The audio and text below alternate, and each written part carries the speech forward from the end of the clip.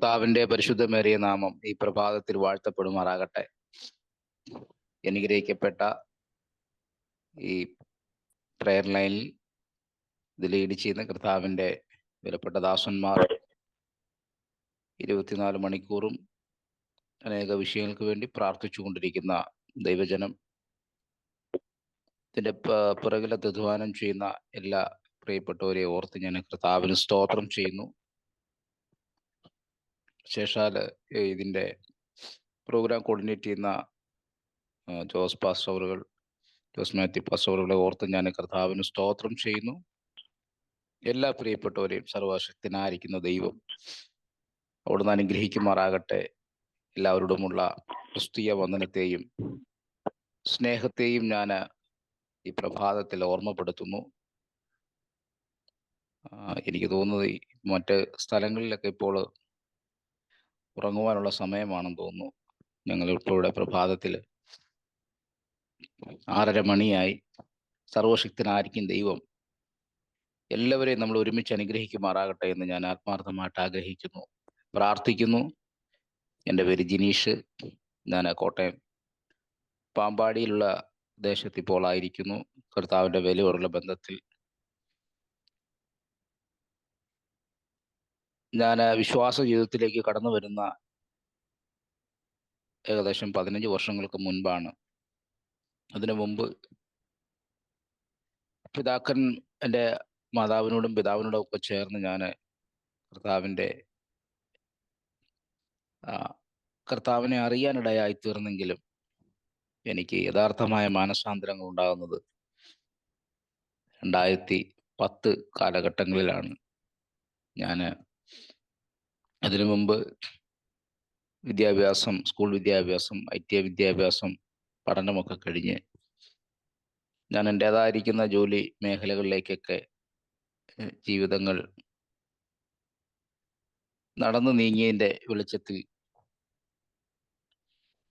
എല്ലാ യുവാക്കന്മാരെ പോലെയും ലോകത്തിൻ്റെതായിരിക്കുന്ന എല്ലാ താൽക്കാലിക മോഹങ്ങൾക്കൊക്കെ വേണ്ടി ഞാനും നടന്നു.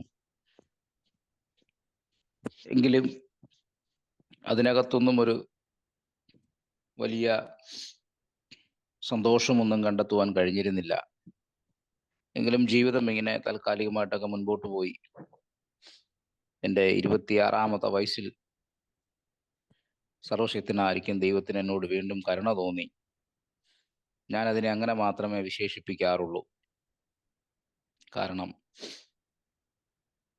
ആദ്യമായി എൻ്റെ 26-ാമത്തെ വയസ്സിൽ എനിക്കൊരു വാഹനം ലഭിച്ചു. അത് ഓടിച്ച് ഞാൻ പോകുന്ന വഴിക്ക് എൻ്റെ വാഹനം മറിഞ്ഞ് എൻ്റെ ദേശം കുമരകത്തിനടുത്താണ്. അതുകൊണ്ട് പാലങ്ങളും തോടുകളും ഒക്കെ ഉള്ള സ്ഥലമായതുകൊണ്ട് എൻ്റെ വാഹനം ഒരു ചെറിയൊരു കൈത്തോട്ടിലേക്ക് മറിഞ്ഞു. അന്ന് എനിക്കുണ്ടായ വലിയൊരു അപകടത്തിൽ ദൈവം എന്നെ വിടുവിച്ചു. തുടർന്ന് ഇങ്ങോട്ട് ഞാൻ ഓരോ ദിവസവും എനിക്ക് ഓരോ പ്രയാസങ്ങൾ കടന്നു വരാൻ തുടങ്ങി. അങ്ങനെ കടന്നു വന്ന്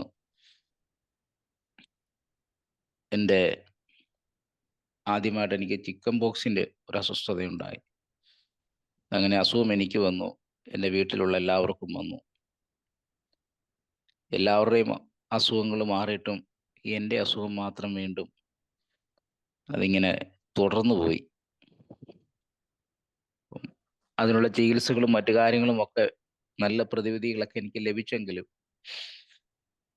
എൻ്റെ അസുഖത്തിന് യാതൊരു മാറ്റവും വന്നില്ല.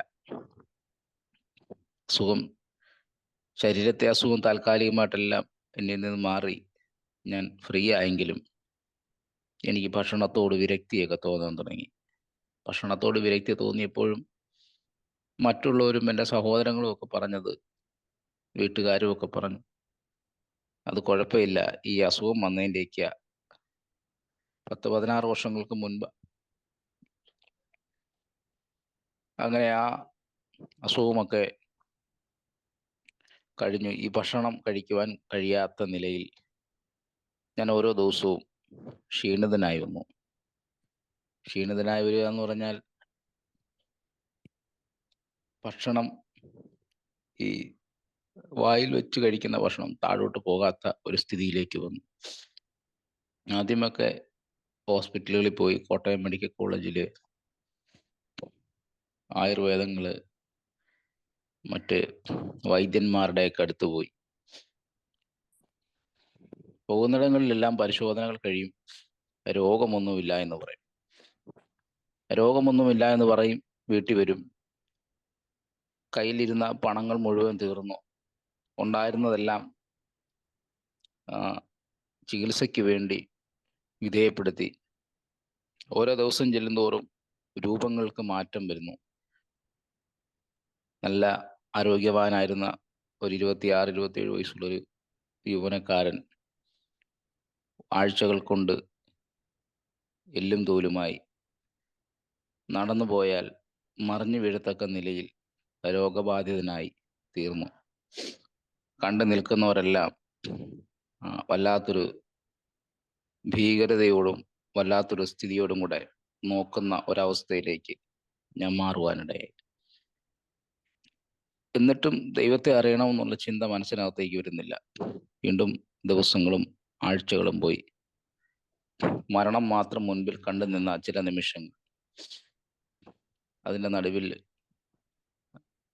അതിനിടയിലൊക്കെ ഭക്ഷണം ഇങ്ങനെ എൻ്റെ മാതാവ് കൊണ്ട് തരും. അത് കഴിക്കാൻ വയ്യാത്ത ഒരു നിലയിലേക്ക് ഞാനും മാറി. ഒടുവിൽ എൻ്റെ സ്ഥിതി കണ്ടിട്ട് അവർ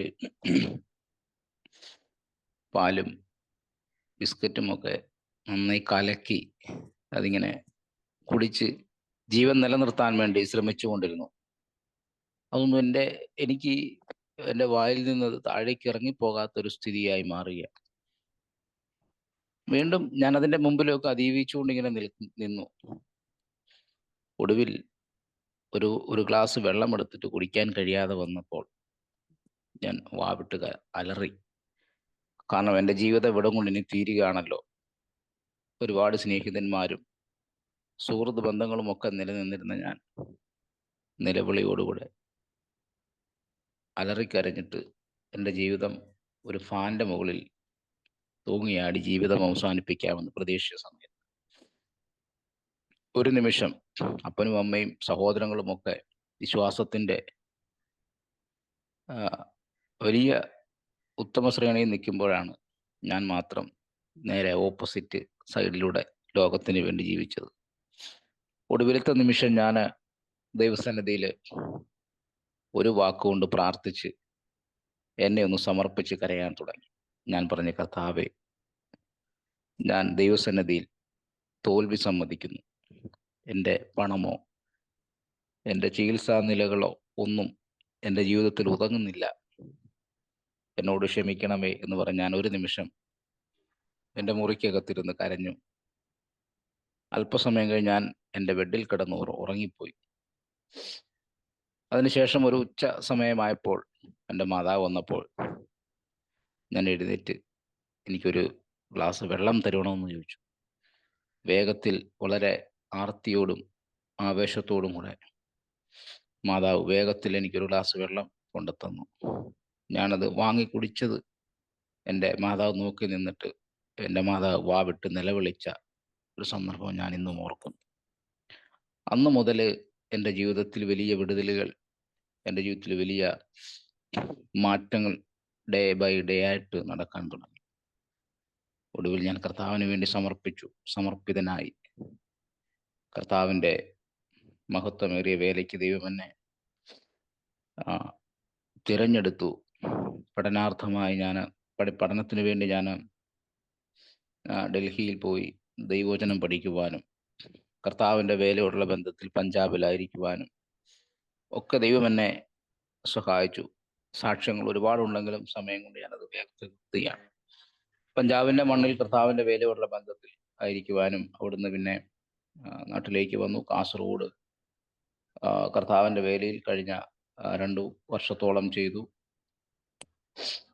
ഇപ്പോൾ ഞാൻ നാട്ടിൽ കർത്താവിൻ്റെ വേലയോടുള്ള ബന്ധത്തിലായിരിക്കുന്നു. ഞാൻ പറഞ്ഞതിൻ്റെ താല്പര്യം, മനുഷ്യൻ എത്ര ശക്തനായെന്ന് പറഞ്ഞാലും അതിൻ്റെയൊക്കെ നടുവിൽ ദൈവത്തിന് അവൻ്റെ ആ, ശക്തികളോ ദൈവത്തിന് നമ്മുടെ ആ, ദൈവത്തിന് നമ്മളെക്കുറിച്ച് എന്താഗ്രഹിക്കുന്നോ അത് മാത്രമേ നടക്കുകയുള്ളൂ എന്നുള്ള എൻ്റെ വലിയ തിരിച്ചറിവ് എനിക്ക് മനസ്സിലാക്കുവാനിടത്തീർന്നു. ദൈവത്തിനൊരു മനുഷ്യനെക്കുറിച്ച് ഉദ്ദേശമുണ്ടെങ്കിൽ, ദൈവത്തിനൊരു മനുഷ്യനെക്കുറിച്ച് പദ്ധതി ഉണ്ടെങ്കിൽ, നിശ്ചയമായും ദൈവം ആഗ്രഹിക്കുന്ന വഴിയിലൂടെ തന്നെ ദൈവം മനുഷ്യനെ വഴി നടത്തുമെന്നുള്ളതിൻ്റെ വലിയൊരു തിരിച്ചറിവ് എന്നെ എനിക്ക് മനസ്സിലാകുവാനിടയായിത്തീർന്നു. അനേക ഇടങ്ങളിലൊക്കെ ഞാൻ എൻ്റെ സാക്ഷ്യങ്ങൾ പറയാറുണ്ട്. ഏത് പ്രശ്നത്തിനും എന്തിനും പരിഹാരം ദൈവമാണെന്നും ദൈവത്തിന് മാത്രമേ മനുഷ്യനെ രോഗത്തിൽ നിന്നും ശാപത്തിൽ നിന്നും ഒക്കെ വിടുവിക്കുവാൻ കഴിയത്തുള്ളൂ എന്ന് ഞാൻ കവലകൾ തോറുമൊക്കെ ദൈവവചനം കിട്ടുന്ന സമയങ്ങളിലൊക്കെ ഞാൻ നിന്ന് പറയാറുണ്ട്. സ്തോത്രം. അതുകൊണ്ട് ഇന്ന് നാം അനുഭവിക്കുന്ന ഏത് പ്രയാസങ്ങളിൽ നിന്നും ഏതെങ്കിലും പ്രതിസന്ധികളിലാണോ നാം ഇരിക്കുന്നതെങ്കിൽ ഇന്ന് ഈ പ്രഭാതത്തിൽ നമുക്കൊന്ന് സമർപ്പിക്കുവാൻ കഴിഞ്ഞാൽ നിശ്ചയമായും ദൈവത്തിന് നമ്മുടെ വിഷയത്തിൻ്റെ മേൽ വലിയ മാറ്റങ്ങൾ വരുത്തുവാൻ കഴിയും. വലിയ വിടുതലുകൾ ദൈവത്തിന് നൽകുവാൻ കഴിയും എന്നുള്ളതിൻ്റെ വലിയ തിരിച്ചറിവാണ് എൻ്റെ ഈ സാക്ഷ്യം. സ്തോത്രം. ഈ സാക്ഷ്യം അനേകർക്ക് അതൊരു പ്രചോദനമായി തീരട്ടെ, ഒരു വലിയ വിടുതലായി തീരട്ടെ എന്ന് ഞാൻ ആത്മാർത്ഥമായിട്ട് ആഗ്രഹിക്കുകയും പ്രാർത്ഥിക്കുകയും ചെയ്യുന്നു. എന്നെ ചിന്തിപ്പിച്ച ഒരു ആത്മീക ചിന്തയും കൂടെ പറഞ്ഞ ദൈവസന്നിധിയിൽ എനിക്ക് അനുവദിച്ച സമയപരിമിതിക്കകത്തിരുന്നു കൊണ്ട് ഇരിക്കുവാൻ കർത്താവിൽ ശരണപ്പെടുന്നു. സങ്കീർത്തനങ്ങളുടെ പുസ്തകം 37-ാം അധ്യായം അതിൻ്റെ 5-ാമത്തെ വാക്യത്തിൽ ഇങ്ങനൊരു വാക്യമുണ്ട്: നിന്റെ വഴി യഹോവയെ ഭരമേൽപ്പിക്കുക, അവനിൽ തന്നെ ആശ്രയിക്കുക, അവനത് നിർവഹിക്കും. വളരെ അനുഗ്രഹീതമായിരിക്കുന്ന ഒരു വേദഭാഗം. 37-ാം സങ്കീർത്തനം അതിൻ്റെ 5-ാമത് വാക്യം. ദൈവത്തിൻ്റെ വഴി നമ്മളെ തന്നെ സമർപ്പിക്കുക, അവനിൽ തന്നെ ആശ്രയിക്കുക, അവനത് നിർവഹിക്കുന്ന നിവർത്തിക്കുന്ന ദൈവമാണ്. പലപ്പോഴും നമുക്കെല്ലാവർക്കും കഴിയാത്ത ഒരു കാര്യമായിരുന്നു നിന്റെ വഴി യഹോവയെ ഭരമേൽപ്പിക്കുക. ദൈവത്തിന് മനുഷ്യനെക്കുറിച്ച് ഉള്ള ഏറ്റവും വലിയ പദ്ധതി ദൈവിക വഴികളിലൂടെ സഞ്ചരിക്കുക എന്നുള്ളതാണ്. ദൈവം മനുഷ്യനെ സൃഷ്ടിച്ചു. ആദമിനെയും ഹവ്വയെയും ദൈവം സൃഷ്ടിച്ചു. വെയിലാറുന്ന സമയം ദൈവം താഴേക്ക് ഭൂമിയിലേക്ക് ഇറങ്ങി വന്ന്, ഏദൻ പൂങ്കാവനത്തിലേക്ക് ഇറങ്ങി വന്ന് മനുഷ്യരോടൊപ്പം സഞ്ചരിക്കുന്നത് നമുക്ക് ഉൽപ്പത്തി പുസ്തകത്തിനകത്ത് കാണാൻ കഴിയും. കാരണം ദൈവത്തിന് ഏറ്റവും ഇഷ്ടം ദൈവം മനുഷ്യനുമായിട്ട് ഇടപഴകുന്നതും ദൈവത്തിൻ്റെ വഴിയിലൂടെ മനുഷ്യൻ നടക്കുന്നതും ദൈവത്തിന് മനുഷ്യരോടൊപ്പം നടക്കുന്നതുമാണ്. എന്നാൽ മനുഷ്യന്റെ പാപം നിമിത്തം ദൈവസന്നിധിയിൽ നിന്നകന്ന് എല്ലാവരും വഴിതെറ്റി കൊള്ളരുതാത്തവരായി പോയെന്നും തിരുവചനം നമ്മളെ പഠിപ്പിക്കുന്നു. അതോടൊപ്പം തന്നെ ദൈവമക്കളായിരിക്കുന്ന നമ്മളുമൊക്കെ ദൈവത്തിൻ്റെ വഴിയിലൂടെ നടക്കുവാനാണ് ദൈവം എല്ലാ കാലഘട്ടങ്ങളിലും ആഗ്രഹിക്കുന്നത്. ദൈവിക വഴികളിലൂടെ സഞ്ചരിക്കുവാൻ സാധിക്കുന്നില്ല എങ്കിൽ നിശ്ചയമായിട്ടും അതിൻ്റെയൊക്കെ ഒടുക്കം വലിയ പരാജയത്തിൻ്റെയും വലിയ വീഴ്ചയുടെയും ഒക്കെ അനുഭവങ്ങളിലേക്ക് ചെന്ന് നമ്മെ ഓരോരുത്തരെയും കൊണ്ട് എത്തിക്കുവാൻ ഇടയായിത്തീരും. അതിൻ്റെ ഉത്തമ ഉദാഹരണങ്ങളൊക്കെ തിരുവചനം എടുത്ത് പഠിച്ചാൽ നമുക്ക് കാണുവാൻ കഴിയും. ദൈവത്തിൻ്റെ വഴിയിലൂടെ സഞ്ചരിക്കുവാൻ കഴിഞ്ഞില്ല എങ്കിൽ നിശ്ചയമായിട്ടും പരാജയമായി തന്നെ ഭവിക്കും. യോനയുടെ പുസ്തകത്തിനകത്ത് 1-ാം അധ്യായം വായിക്കുമ്പോൾ തന്നെ നമ്മൾ ഇങ്ങനെയാണ് കാണുന്നത്. അമിത്ഥായുടെ മകനായിരിക്കുന്ന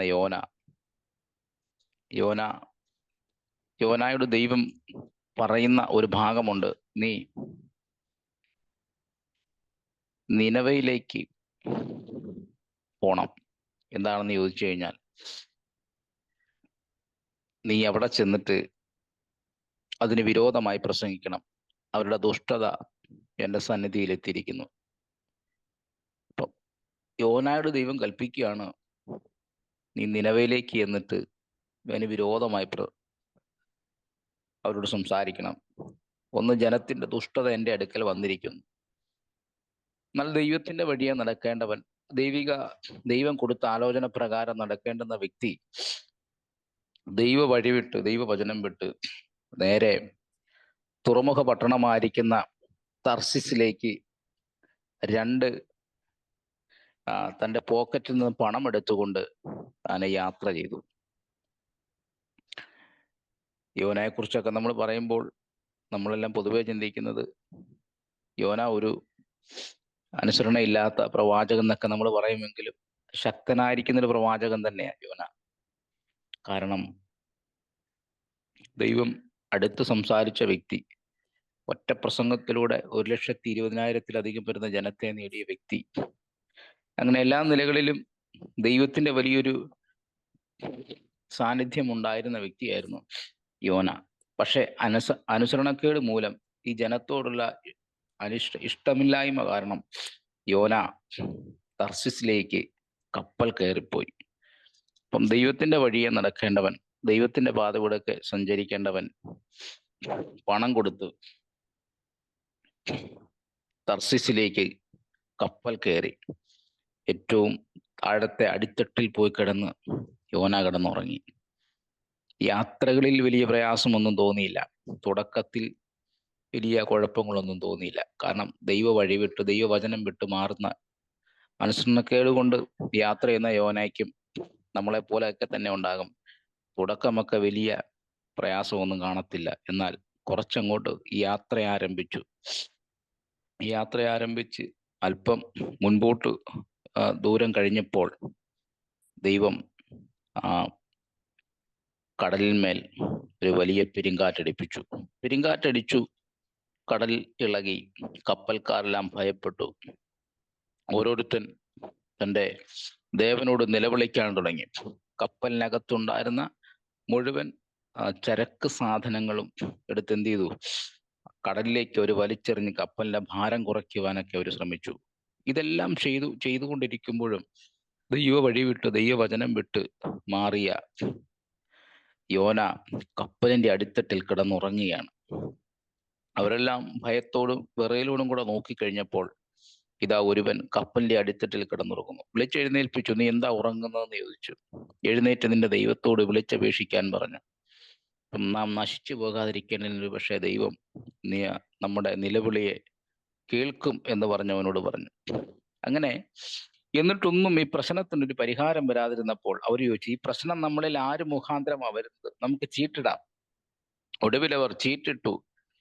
ചീട്ട് കറക്റ്റ് നമ്മുടെ ഭാഷയിൽ പറഞ്ഞ യോനയ്ക്ക് തന്നെ അത് വീണു. സ്തോത്രം. നല്ല ഭാഗ്യമുള്ളവനായതുകൊണ്ട് യോനയ്ക്ക് തന്നെ അത് വീണു. അങ്ങനെ യോനയ്ക്ക് വീണപ്പോൾ അവരുടെ ചോദ്യം ഇതാണ്.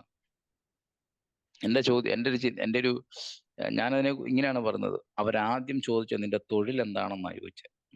നമ്മളോടൊക്കെ ചോദിക്കാറുണ്ട്. വഴിതെറ്റി യാത്ര ചെയ്യുമ്പോൾ ഒരുപക്ഷെ ദൈവത്തിന്റെ ഹിതമല്ലാത്ത നിലകളിലൊക്കെ ദൈവിക പാതപടത്തിൽ നിന്നൊക്കെ മാറിക്കഴിയുമ്പോൾ പ്രശ്നങ്ങളും പ്രതിസന്ധികളും പ്രതികൂലങ്ങളും ഒക്കെ അടുത്തു വരുമ്പോഴും, അല്ലെങ്കിൽ നമുക്കൊരു പ്രയാസങ്ങളൊക്കെ അടുത്തു വരുമ്പോഴും നമ്മളോട് ചോദിക്കുന്നതും നീ ഒരു പെന്തക്കോസ്തുകാരനല്ലേ, നീ ദൈവത്തെ വിളിക്കുന്ന ഒരു മനുഷ്യനല്ലേ എന്നാണ് ആദ്യത്തെ ചോദ്യം വരുന്നത്. സ്തോത്രം. അല്ലെങ്കിൽ നമുക്ക് ഇഷ്ടമല്ലാത്തൊരു ചെയ്തി നാം ഒരു സമൂഹത്തിൽ നിന്ന് ചെയ്താൽ, പബ്ലിക്കിൽ നിന്ന് ചെയ്താൽ നമ്മളോടും ചോദിക്കും, താങ്കളൊരു പെന്തക്കോസ്ത് അനുഭാവിയല്ലേ, താങ്കളൊരു കർത്താവിനെ അറിയുന്ന വ്യക്തിയല്ലേ, താങ്കൾക്ക് ഇത് ചെയ്യുവാൻ കഴിയുമോ എന്ന് ചോദിക്കും. എന്ന് പറഞ്ഞതുപോലെ യോനോട് ചോദിച്ചു, നിന്റെ തൊഴിൽ എന്ത്? നീ എവിടെ നിന്ന് വരുന്നു? നിന്റെ നാട് ഏത്? നീ ഏത് ജാതിക്കാരൻ? ഈ ചോദ്യത്തിന് യോന പറയുന്ന മറുപടി ഭയങ്കര എഫക്റ്റീവായിരിക്കുന്ന ഒരു മറുപടിയാണ്. ഞാനൊരു എബ്രായൻ, കരയും കടലും ഉണ്ടാക്കിയ സ്വർഗീയമായ യഹോവയെ ഞാൻ ഭജിച്ചു വരുന്നു. ഇവന്റെ ഉത്തരത്തിന് മുൻപിൽ ജനം ഭയന്നുപോയി. നമ്മളും പറയുന്നത് അങ്ങനല്ലേ, ഞാനൊരു പെന്തക്കോസ്തുകാരനാ, 30 വർഷം 50 വർഷമൊക്കെയുള്ള പാരമ്പര്യമൊക്കെ നമ്മളും പറയാറുണ്ട്. ഈ ഒരു ചോദ്യത്തിന് മുൻപിൽ അവര് ഭയപ്പെട്ടിട്ട് പറഞ്ഞു, എന്ത് ചെയ്യണം? അവര് പറയാ, നിങ്ങൾ എന്നെ എടുത്ത് എന്ത് ചെയ്തു? ആ കടൽമേലേക്ക് എറിയാൻ പറഞ്ഞു. നോക്കണമേ, ഒരു സ്ഥലത്തുനിന്ന് മറ്റൊരിടത്തേക്ക് പോകേണ്ട ചരക്ക് സാധനങ്ങൾ ഒരു സ്ഥലത്തുനിന്ന് മറ്റു സ്ഥലങ്ങളിലേക്ക് എത്തിക്കഴിഞ്ഞാൽ അവരുടെ വിശപ്പ് മാറേണ്ട, അവർക്ക് ലഭിക്കേണ്ട ഭക്ഷണ സാധന സാമഗ്രികളൊക്കെ കിട്ടേണ്ടത് യോന എന്ന് പറയുന്ന ഈ ദൈവിക വഴി അനുസരിക്കാത്ത ഒരു മനുഷ്യൻ മുഖേന മുഴുവനും കടലിലേക്ക് വലിച്ചെറിയപ്പെട്ടിരിക്കുക. അവൻ തന്നെ അവരാണ് എന്നെ എടുത്ത് എന്ത് ചെയ്തോണം, കടലിന്മേൽ വലിച്ചെറിയാൻ പറഞ്ഞു. ഇതങ്ങോട്ട് കഴിഞ്ഞു കഴിഞ്ഞപ്പോൾ കടല് ശാന്തമായി. കടല് ശാന്തമായി. യോനായെ ദൈവം കാത്തിരുന്ന ആ കടലാനയുടെ വയറ്റിൽ യോന കിടന്നു. 3 ദിവസം യോന കടലാനയുടെ വയറ്റിൽ കിടന്നുകൊണ്ട് നിലവിളിക്കുവാൻ തുടങ്ങി. നോക്കുക പ്രിയമുള്ളവരെ, ഒരുവൻ ദൈവിക വഴിയിൽ നിന്ന് മാറിക്കഴിഞ്ഞാൽ, ഒരുവൻ ദൈവസന്നിധിയിൽ നിന്ന് അകന്നു കഴിഞ്ഞാൽ, ഒരുവൻ മുഖേന ആ കടലിനകത്തും കപ്പലിനകത്തുമൊക്കെ എന്ത് ചെയ്യും, വലിയ പ്രയാസങ്ങൾ കടന്നു വരുവാനിടയായി. ഞാൻ പറഞ്ഞതിന്റെ താല്പര്യം, ഒറ്റ ഒരുവൻ മുഖേന ദൈവ വഴി വിട്ട് ദൈവവചനം വിട്ട് ഒരുവൻ മാറിക്കഴിഞ്ഞാൽ കപ്പലിലുള്ളവർക്കും കപ്പലിൽ കൊണ്ടുപോകുന്ന സാധന സാമഗ്രികൾക്കും, അല്ല, കടലിൽ കിടക്കുന്ന കടലാനയ്ക്ക് പോലും എന്ത് ചെയ്യുന്നില്ല, ഒരു നല്ല അനുഭവം ഉണ്ടാകുവാനിടയാകത്തില്ല. അതുകൊണ്ട് ദൈവം നമ്മളെല്ലാവരെ കുറിച്ചും ആഗ്രഹിക്കുന്നത് ദൈവത്തിന്റെ വഴിയിലൂടെ സഞ്ചരിക്കുക, ദൈവത്തിന്റെ പാതപീഠത്തിലൂടെ നടക്കുക എന്നുള്ളത്. അതുകൊണ്ട് ഇന്ന് എന്നെ കേൾക്കുന്നവർ ഉണ്ടെങ്കിൽ നമുക്കിന്ന് അതൊരു വലിയ ഒരനുഭവമായി മാറട്ടെ. ദൈവത്തിന്റെ വഴിയെ നമ്മളെ തന്നെ ഒന്ന് ഭരമേൽപ്പിക്കുവാൻ ഇന്ന് പകൽക്കാലം കഴിഞ്ഞാൽ, ഈ പ്രഭാതത്തിൽ കഴിഞ്ഞാൽ, അല്ല ഈ രാത്രിയിലാണോ ചിലവരെന്നെ കേൾക്കുന്നതെങ്കിൽ നമുക്ക് കഴിഞ്ഞാൽ, അതിനോളം ഭാഗ്യം മറ്റൊന്നുമില്ല എന്ന് തിരുവചനം നമ്മളെ പഠിപ്പിക്കുന്നു. അടുത്തത്, ദൈവത്തിന്റെ വഴിയിലൂടെ നമുക്ക് തിരഞ്ഞെടുത്തുകൊണ്ട് നമുക്ക് നടക്കുവാൻ കഴിയും. അതിനൊരു ഉത്തമ ഉദാഹരണമുണ്ട്. രൂത്ത് എന്ന് പറയുന്ന ഒരു സഹോദരി. നമുക്ക് അതിന്റെ ചരിത്രമൊക്കെ അറിയാവുന്നതുകൊണ്ട് ഞാൻ ആ ഭാഗം വായിക്കുവാൻ ആഗ്രഹിക്കുന്നില്ല. രൂത്ത് എന്ന് പറയുന്ന സഹോദരിയോട് മൂന്ന് സഹോദരിമാരായിട്ട് അവര് അവശേഷിക്കുകയാണ്. കാരണം മോവാബി ദേശത്തു നിന്നും 3 സഹോദരിമാര് 3 പേരും വിധവമാരായിത്തീരുന്ന ഒരു അനുഭവമുണ്ട്. ചരിത്രമൊക്കെ അറിയാമല്ലോ. യഹൂദിലെ ബേത്ലഹേമിൽ നിന്നുള്ള ഒരാൾ തൻ്റെ ഭാര്യയും പുത്രന്മാരുമായി മോവാബ് ദേശത്ത് പോയി പരദേശിയായി പാർത്തു. എബിമലേക്ക് തൻ്റെ ഭാര്യ നവോമിയും തൻ്റെ 2 പുത്രന്മാര് അവരവിടെ ചെന്ന് മോവാബ് ദേശത്ത് നിന്ന് 2 ഭാര്യമാരെ എടുത്തു. ഒരാളുടെ പേര് രൂത്തും മറ്റേയാളുടെ പേര് ഓർപ്പയും. എന്നാൽ കുറെ നാളുകൾ കഴിഞ്ഞപ്പോൾ ഈ 3 സഹോദരന്മാരും മരണപ്പെട്ടു. 3 സഹോദരിമാരായിട്ട് അവരവശേഷിച്ചു. അവരവശേഷിച്ചു കഴിഞ്ഞപ്പോൾ പിന്നെ മോവാബ് ദേശത്ത് അവർക്ക് നിലനിൽപ്പില്ലാതെ വന്നപ്പോൾ നവോമി പറഞ്ഞ ഒരു ഭാഗമുണ്ട്, ഞാൻ എൻ്റെ ദേശത്തേക്ക് മടങ്ങിപ്പോവുകയാണ്, അതുകൊണ്ട് നിങ്ങൾക്കും നിങ്ങളുടെ താന്താന്റെ വീട്ടിലേക്ക് മടങ്ങിപ്പോകാം. ഈ വാർത്ത പറഞ്ഞു കഴിഞ്ഞപ്പോൾ തന്നെ ഓർപ്പ അമ്മായിയമ്മേനെ കെട്ടിപ്പിടിച്ചു, ചുംബിച്ചവൾ, പൊട്ടിക്കരഞ്ഞിട്ടവൾ തങ്ങളുടെ ഭവനത്തിലേക്ക് മടങ്ങിപ്പോയി. കാരണം നവോമി പറഞ്ഞൊരു ഭാഗമുണ്ട്, എനിക്ക് നിങ്ങൾക്കിനി മക്കളെ തരുവാനോ നിങ്ങൾക്ക് ഭർത്താക്കന്മാരെ നൽകുവാനോ ഒന്നും എനിക്ക് കഴിയത്തില്ല, അതുകൊണ്ട് നിങ്ങൾക്ക് വേഗത്തിൽ മടങ്ങിപ്പോ, നിങ്ങൾക്ക് നിങ്ങളുടെ ദേവന്മാരുടെ അടുത്തിലേക്കും നിങ്ങളുടെ ഭവനങ്ങളിലേക്കും മടങ്ങിപ്പോ. എന്നാൽ ഈ കെട്ടിപ്പിടിച്ചിട്ട് ചുംബിച്ച് കരഞ്ഞുപോയ ഓർപ്പയെക്കാട്ടിലും വ്യത്യസ്തമായിരുന്നു രൂത്ത് എന്ന് പറയുന്ന സഹോദരി. ഇവള് അമ്മായിയമ്മയുടെ ഒപ്പം പറ്റിച്ചേർന്ന് നിന്നിട്ട് ഇവള് പറഞ്ഞ ഒരു പദപ്രയോഗമുണ്ട്, നിന്നെ വിട്ടു പോകാനും എന്നോട് നീ പറയരുത്, നീ പാർക്കുന്നിടത്ത് ഞാനും പാർക്കും, നിന്റെ ജനം എൻ്റെയും ജനം, അടുത്ത പദമാണ് വലുത്, നിന്റെ ദൈവം എൻ്റെയും ദൈവം. ഈ ചിന്ത, ഈ ഒരു അനുഭവം ഒരു മോവാബ് സ്ത്രീ ആയിരിക്കുന്ന, ദൈവത്തെ അറിയാത്ത, ദൈവമായിട്ട് ഇസ്രായേൽ ബന്ധത്തോട് ഈ പൗരത്വത്തോട് യാതൊരു ബന്ധവുമില്ലാത്ത ഈ മോവാബി സ്ത്രീക്ക് എങ്ങനെയാണ് ഈ ഭാഗം വെളിപ്പെട്ടത്? ഒരുപക്ഷെ ഞാൻ ചിന്തിക്കുകയാണ്, ഇസ്രായേൽ ജനം അല്ലെങ്കിൽ യഹൂദന്മാർ ഏത് ദേശത്ത് പോയാലും തങ്ങളുടെ ദൈവത്തെ പാടി ആരാധിച്ച് ആ തങ്ങൾക്ക് കൊടുത്തിരിക്കുന്ന പ്രമാണം അവർ വായിച്ച് പഠിച്ച് തൻ്റെ മക്കളെയും മക്കളെയും ഒക്കെ പഠിപ്പിക്കുന്ന ഒരു ഭാഗം ഒരു പക്ഷേ അവരുടെ ജീവിതത്തിൽ ഉണ്ടായേക്കാം. അത് ഈ രൂത്തും കേട്ടേക്കാം. അതുകൊണ്ട് അവള് പറയാണ്, ഇനി നിന്റെ ദൈവമാണ് എന്റെയും ദൈവം, മരണത്താലല്ലാതെ എന്നെ ഇനി നിന്നിൽ നിന്നും വേർപിരിക്കുവാൻ കഴിയത്തില്ല. ഇവിടെ തീരുമാനം ഉറച്ചതെന്ന് കണ്ടു കഴിഞ്ഞപ്പോൾ എന്ത് ചെയ്തു? അവളോടുള്ള സംസാരമൊക്കെ മതിയാക്കി രണ്ടുപേരും ബേത്ലഹേം വരെ നടന്നു. ഞാൻ ഇങ്ങനെ ആ ഭാഗത്തെ ചിന്തിക്കുകയാണ്. ബേത്ലഹേം വരെ ഒന്നും കാണാതെ ശൂന്യതയിലൂടെ ഒരു സഹോദരി നടക്കുക. ദൈവത്തിന്റെ വഴിയെ നടക്കുവാൻ ദൈവം മനുഷ്യനെ കുറിച്ച് ആഗ്രഹിക്കുമ്പോൾ ഒന്നും കാണാതെ യാതൊരു പ്രതീക്ഷകളുമില്ലാതെ മോവാബി സ്ത്രീ ആയിരിക്കുന്ന ഈ രൂത്ത് എന്ന് പറയുന്ന സഹോദരി ബേത്ലഹേമിലേക്ക് അവൾ നടക്കുക. ഒന്നും കാണാതെ ഒന്നും അറിയാതെ ഒറ്റയ്ക്കിറങ്ങിയപ്പോൾ ദൈവം അവൾക്ക് വേണ്ടി ചില നന്മകളെ ആ ദേശത്ത് ദൈവം ഒരുക്കി വെക്കുവാൻ ഇടയായി തീർന്നു. ഒരുപക്ഷെ ശൂന്യതയായിട്ടാണ് അങ്ങോട്ട് കടന്നു ചെല്ലുന്നത്. നവമി പറഞ്ഞത്, ഞാൻ ഒന്നുമില്ലാത്തവളെ പോലെ കടന്നു വരിക.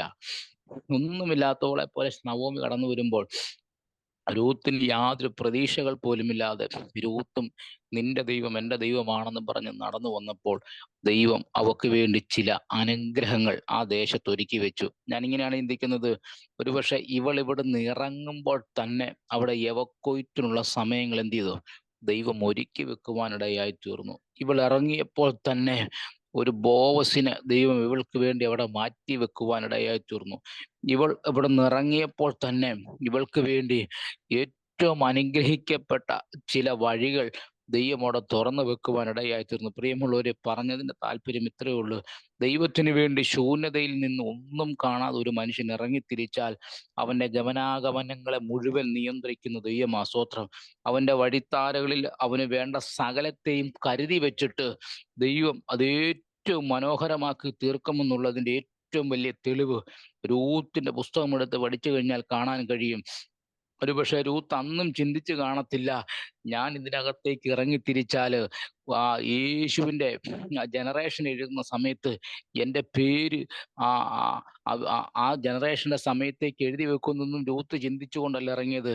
എന്നാൽ ഇറങ്ങിത്തിരിച്ചവിടെ നിശ്ചയദാർഢ്യത്തിന് മുൻപിൽ ദൈവത്തിന്റെ പരിശുദ്ധാത്മാവ് യേശുക്രിസ്തുവിന്റെ ജനറേഷൻ എഴുതുന്ന സമയത്ത് രൂത്തിന്റെ പേരും കൂടെ പരിശുദ്ധാത്മാവ് മത്തായിയുടെ സുവിശേഷം 1-ാം അധ്യായത്തിനകത്ത് എഴുതി വെക്കുവാൻ ഇടയായി തീർന്നതെങ്കിൽ ഇന്ന് പ്രഭാതത്തിൽ അല്ലെങ്കിൽ ഇന്ന് രാത്രി എന്നെ കേൾക്കുന്ന പ്രിയപ്പെട്ടവരെ, ദൈവത്തിന് വേണ്ടി ഇറങ്ങിത്തിരിച്ചിട്ട് യഹോവയുടെ വഴിയെ നടന്നിട്ട് സ്തോത്രം, നാം ഒരിക്കലും പരാജയപ്പെട്ടു പോകത്തില്ല. മറിച്ച് ഇന്നല്ലെങ്കിൽ നാളുകളിൽ നമ്മളെ ത്യജിക്കപ്പെട്ട നിന്ദിക്കപ്പെട്ട ഇടങ്ങളിൽ സ്തോത്രം നമ്മുടെ പേര് ദൈവം ചില ഇടങ്ങളിൽ ഒന്നാമതായിട്ട് എഴുതി വെക്കും. ഒരുപക്ഷെ ഭവനങ്ങളിലായിരിക്കാം. ഭവനങ്ങളിൽ നിന്ന് നമ്മളെ ത്യജിച്ചു കളഞ്ഞെങ്കിൽ, നമ്മളെ ഒറ്റപ്പെടുത്തിയെങ്കിൽ, ദൈവത്തിന്റെ വഴിയാണ് നാം സഞ്ചരിക്കുന്നതെങ്കിൽ നമ്മുടെ പേര് ദൈവം ചില സ്ഥലങ്ങളിൽ ഒന്നാമതായിട്ട് എഴുതി വെക്കും. ഒരുപക്ഷെ നമ്മുടെ സൊസൈറ്റികളിൽ നമ്മളെ ത്യജിക്കപ്പെടുത്തെങ്കിൽ, നമ്മളെ നിന്ദിച്ച് കളഞ്ഞെങ്കിൽ അതിൻ്റെ നടുവിലും ദൈവം നമ്മുടെ പേര് ഒന്നാമതായിട്ട് എഴുതി വെക്കും. അല്ല, രാജാക്കന്മാരോടൊപ്പമാണോ നമ്മുടെ പേര് ദൈവത്തിന് എഴുതി വെക്കാൻ ഹിതം തോന്നുന്നതെങ്കിൽ അവിടെയും നമ്മുടെ പേര് ദൈവമോട് എഴുതി വെക്കുവാനിടയായിത്തീരും. സ്തോത്രം. അപ്പം ദൈവത്തിന് വേണ്ടി ഇറങ്ങിത്തിരിച്ചാൽ ദൈവം നമ്മുടെ പേരെന്ത് ചെയ്യും? നമ്മുടെ പേര് ദൈവം എഴുതി വെക്കുവാൻ ഇടയായിത്തീരും. അതുകൊണ്ട് ഇന്ന് എന്നെ കേൾക്കുന്നവരെ, ഇറങ്ങിത്തിരിക്കുന്നവരെ ആരെയും ചെയ്യുന്നില്ല ദൈവം മാറ്റിക്കളയുന്ന അല്ലെങ്കിൽ നമ്മളെ മറന്നു കളയുന്ന ഒരു ദൈവമല്ലെന്നുള്ളതിൻ്റെ ഒരു വലിയ തെളിവാണ് നമുക്ക് രൂത്തിന്റെ പുസ്തകത്തിലൂടെ കാണാൻ കഴിഞ്ഞത്. പിന്നെ ദൈവം തന്നെ ചിലപ്പോൾ നമ്മളെ ദൈവത്തിന്റെ വഴികളിൽ കൊണ്ട് നിർത്തും. അതിൻ്റെ ഒരു തെളിവും കൂടെ ഞാൻ പറഞ്ഞിട്ട് ഞാൻ വേഗത്തിൽ ആ ഭാഗം അങ്ങ് വിടുവാൻ ആഗ്രഹിക്കുകയാണ്. ദൈവം മോശയോട് പറയുന്നുണ്ട് പുറപ്പാട് പുസ്തകത്തിനകത്ത്, മോശെ, ഇനി ഞാൻ പറയുന്ന ഇടത്ത് നിങ്ങൾ പോയി പാളയം ഇറങ്ങണം.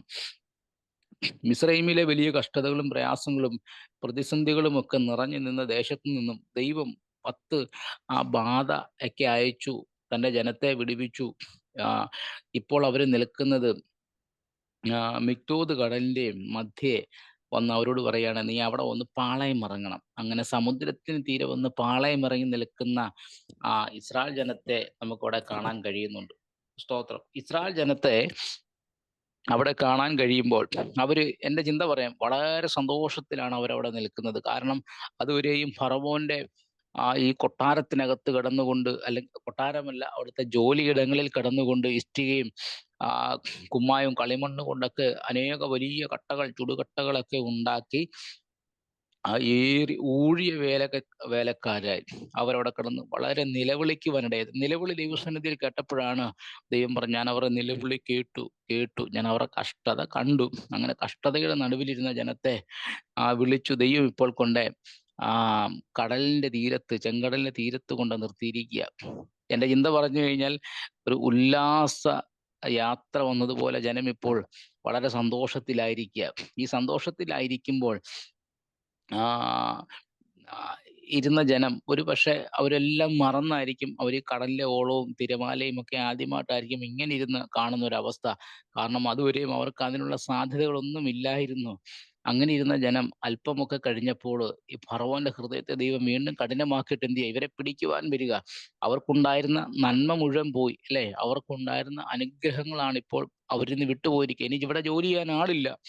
അങ്ങനെ നിൽക്കുമ്പോൾ വീണ്ടും ഓരെ ചെന്ന് പിടിക്കുവാനുള്ള വ്യഗ്രതയോടുകൂടെ ഫറവോൻ തന്റെ സർവ്വ സൈന്യവുമായിട്ട് ഇങ്ങനെ യാത്ര ചെയ്യുക. ഒരുപക്ഷെ ഇസ്രായേൽ ജനം ഇങ്ങനെ ഇരുന്ന് സന്തോഷിക്കുന്ന, അല്പമായിരിക്കുന്ന ഒരു സന്തോഷം വന്നു കഴിഞ്ഞപ്പോൾ അവരൊരല്പം ചെവി ഒന്ന് വട്ടം പിടിച്ചപ്പോൾ കേട്ടു വലിയൊരു കുതിരക്കുളമ്പടിയുടെ ശബ്ദം, രഥങ്ങളുടെ ശബ്ദമൊക്കെ കേട്ടു. അവരതിന്റെ മുൻപിൽ പകച്ചു. അവർ പറഞ്ഞു, മോശെ, മിസ്രയീമിൽ ശവക്കുഴി ഇല്ലാഞ്ഞിട്ടാണോ നീ ഞങ്ങളെ ഇവിടേക്ക് കൊണ്ടുവന്നത്? ഇവിടെ ഞങ്ങൾ കൊണ്ടുവന്ന് ഞങ്ങൾ മരണപ്പെട്ടു പോകുന്നത് നീ കാണുന്നില്ലയോ? ഞങ്ങൾക്ക് മിസ്രയീം തന്നെയായിരുന്നു ഏറ്റവും നല്ലത്. ഇനി മിസ്രയീമിൽ ചെന്ന് മരിക്കുന്നതാണ് ഞങ്ങൾക്ക് കുറച്ചും കൂടി ഇഷ്ടമെന്ന് എന്ത് ചെയ്തു? അവർ ചിന്തിക്കുവാനിടയായി തീർന്നു. ദൈവമാണോ നമ്മളോട് ചില വഴിയിൽ നിൽക്കുവാൻ പറഞ്ഞത്?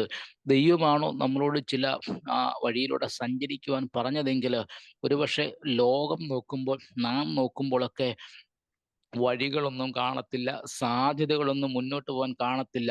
പക്ഷെ വിളിച്ചിറക്കിയത് ദൈവമാണെങ്കിൽ, വിളിച്ച് നമ്മളെ ചില സ്ഥലത്ത് കൊണ്ട് നിർത്തിയിരിക്കുന്ന ദൈവമാണെങ്കിൽ വഴി തുറക്കുവാൻ ദൈവം ശക്തനാകട്ടോ. സ്തോത്രം. ഒരുപക്ഷെ അവരുടെ ഇസ്രായേൽ ജനത്തിന്റെ നിലവിളിയുടെ മുൻപിൽ, ഇസ്രായേൽ ജനത്തിന്റെ നെടുവീർപ്പിന് മുൻപിൽ മോശയും ഒരു നിമിഷം പതറിപ്പോകുവാൻ ഇടയായി തീർന്നു. മോശയോട് ദൈവം പറയണം, മോശെ, നീ എന്തിനാണ് നിലവിളിക്കുന്നത്? നീ എന്തിനാണ് കരയുന്നത്? നിന്റെ കരത്തിലെ വടി മുൻപോട്ട് നീട്ടാൻ പറഞ്ഞു. വടി നീട്ടി ചെങ്കടലിനെ വിഭാഗിക്കുവാനിടയായി തീർന്നു. സ്തോത്രം. നോക്കണമേ, മോശയുടെ കരത്തിലെ വടി നീട്ടിയപ്പോൾ വടിക്കല്ലായിരുന്നു പവർ, മോശയുടെ കരത്തിനല്ലായിരുന്നു ബലം. സ്തോത്രം. അതിനകത്ത് ഈ യെശയ്യാപ്രവാചകന്റെ പുസ്തകത്തിൽ അതിന്റെ വാക്യം കിടപ്പുണ്ട്. തൻ്റെ ദാസനായിരിക്കുന്ന മോശയുടെ വലം കൈയിലൂടെ ചെല്ലുമാറാക്കിയ തൻ്റെ അത്ഭുതകരം എവിടെയെന്നു ഒരു വാക്യം കിടപ്പുണ്ട്. കാരണം കരം നീട്ടിയപ്പോൾ ആ കരത്തിന് നടുവിലൂടെ അത്ഭുതത്തിന്റെ കരം നീട്ടിക്കൊണ്ട് ചെങ്കടലിനെ ദൈവം വിഭാഗിക്കുവാനിടയായി തീർന്നു. ദൈവമാണോ ചിലപ്പം വഴിയിൽ കൊണ്ട് നിർത്തുന്നത്? ദൈവമാണോ ചിലപ്പം നമ്മളെ ചില സ്ഥലങ്ങളിൽ കൊണ്ട് നിർത്തുന്നത്? അതിന്റെ നടുവിൽ പ്രതിസന്ധികൾ ഉണ്ടായേക്കാം, അതിന്റെ നടുവിൽ പ്രതികൂലങ്ങൾ ഉണ്ടായേക്കാം. എന്നാൽ അതിന്റെ നടുവിൽ പകച്ചു നിൽക്കാതെ ദൈവത്തിന് വേണ്ടി ഓടുവാൻ നാം തയ്യാറായി കഴിഞ്ഞാൽ സാധ്യതകളില്ലെന്ന് ലോകം വിധിയെഴുതുന്നതിന്റെ നടുവിൽ നിന്നുകൊണ്ട് ദൈവം ചെങ്കടലിന്റെ നടുവിലൂടെ ചെങ്കൽ പാതയൊരുക്കി തൻ്റെ ജനത്തെ അക്കരെ എത്തിച്ചതുപോലെ തന്നെ ഇന്ന് ഈ വചനം കേൾക്കുന്ന പ്രിയപ്പെട്ടവരെ, ഒരുപക്ഷെ ചെങ്കടൽ സമാനമായിരിക്കുന്ന ഇളകി മറിയുന്ന ചില അവസ്ഥയിലൂടെ ആയിരിക്കാം കടന്നു പോകുന്നത്. ഇതിന്റെ നടുവിൽ വഴി തുറക്കത്തില്ലെന്നൊക്കെ പറഞ്ഞുകൊണ്ട് ദൈവസ്ഥലിൽ പിറുപിറുക്കാതെ മുൻപോട്ട് യാത്ര ചെയ്യുവാൻ ഭക്തൻ തയ്യാറായി കഴിഞ്ഞാൽ നമുക്ക് വേണ്ടി ചില പുതിയ വഴികളെ ദൈവം തുറക്കുവാനിടയായി തീരും. സ്തോത്രം. അപ്പം പുതിയ വഴികൾ തുറന്നു കഴിഞ്ഞാൽ അത് ദൈവജനത്തിന് വേണ്ടിയുള്ള വഴിയാണെന്ന് വ്യക്തമായിട്ട് അതിൻ്റെ താഴെ നമുക്ക് കാണാൻ കഴിയുന്നുണ്ട്. കാരണം ഇവർക്ക് വേണ്ടി വെട്ടി തുറന്ന വഴി അത് ഇസ്രായേൽ ജനം അക്കരെ കടക്കുവാൻ വേണ്ടി മാത്രമാണ്. അതിനകത്തൂടെ ഒരിക്കലും പിശാചിനോ അവന്റെ സൈന്യത്തിനോ ഫറവോനോ ഒന്നും കടന്നു വന്ന് നമ്മുടെ അനുഗ്രഹത്തെ പിടിക്കുവാൻ ദൈവം അനുവദിക്കത്തില്ല. അതിൻ്റെ ഉത്തമ ഉദാഹരണമാണ് ഇവർ മുൻപോട്ട് ഇങ്ങനെ യാത്ര ചെയ്ത് വന്നപ്പോൾ നടുവിലായപ്പോൾ രണ്ട് കടലിന്റെ ഭാഗവും ചേർന്നിട്ട് ഈ ജനത്തെ മുഴുവൻ അതിലെ നടുവിൽ മുക്കിക്കളയുവാൻ ദൈവം ഇടയാത്ര. ഞാൻ ഈ ഭാഗത്തെക്കുറിച്ച് പഠിച്ചപ്പോൾ ദൈവം എന്നെ പഠിപ്പിച്ച ഒരു ഭാഗം ഇങ്ങനെയാണ്. എന്തുകൊണ്ടാണ് ഈ മിസ്രൈമിലെ 20 വയസ്സിൽ താട്ടുള്ള മുഴുവൻ ആൾക്കാരും യുദ്ധത്തിന് വേണ്ടി വന്നത്? അതിന് ദൈവം എന്നോട് പറഞ്ഞ കാര്യമുണ്ട്.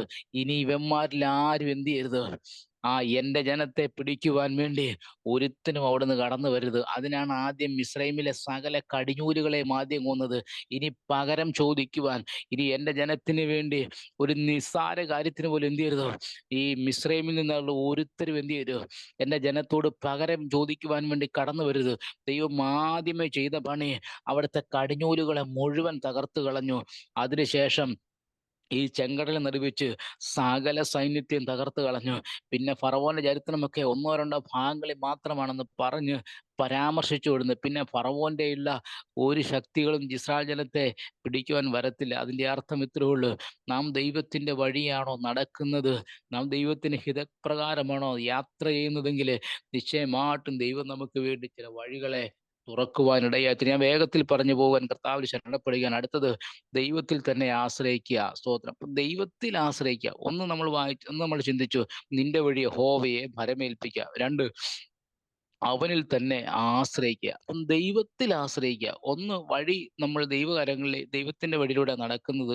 രണ്ട്, ദൈവത്തിൽ ആശ്രയിക്കുക. ദൈവത്തിന്റെ വഴിയിലൂടെ നടക്കുന്ന ഭക്തൻ നിശ്ചയമായിട്ടും ദൈവത്തിൽ ആശ്രയിക്കുവാനിടയായിത്തണം. ദൈവാശ്രയത്തെ കുറിച്ചൊക്കെ ചോദിച്ചു കഴിഞ്ഞാൽ ദൈവഭക്തന്മാർക്കും ദൈവമക്കൾക്കുമൊക്കെ ഒത്തിരി അനുഭവങ്ങൾ പറയുവാൻ കഴിയും. സ്തോത്രം. എനിക്കറിയാം, ഒരുപക്ഷെ നമുക്ക് ഡോക്ടർമാര് വിധി എഴുതുകയാണ്, ഇനി സാധ്യതകളില്ലെന്ന് പറഞ്ഞ് ഉപേക്ഷിക്കുന്ന കേസുകെട്ടുകൾ.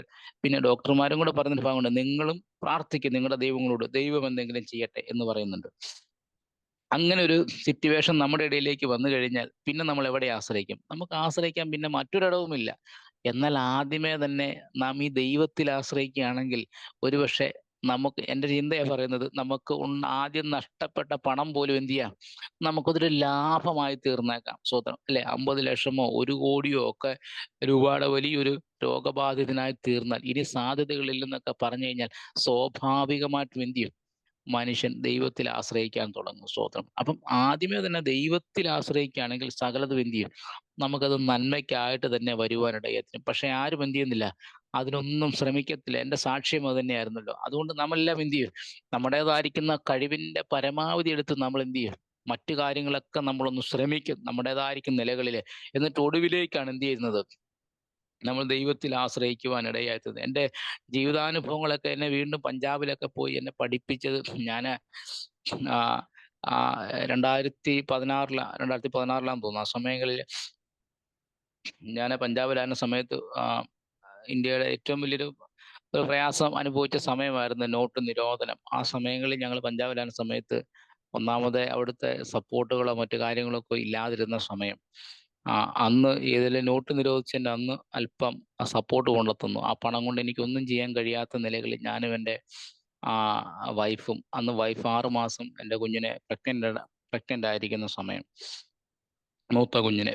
അപ്പം ഞങ്ങൾ ആ സമയങ്ങളിലൊക്കെ വളരെ പ്രയാസങ്ങളിലൂടെയും പ്രതിസന്ധികളിലൂടെയും കടന്നു പോകുന്ന ഒരു നിമിഷങ്ങളായിരുന്നു.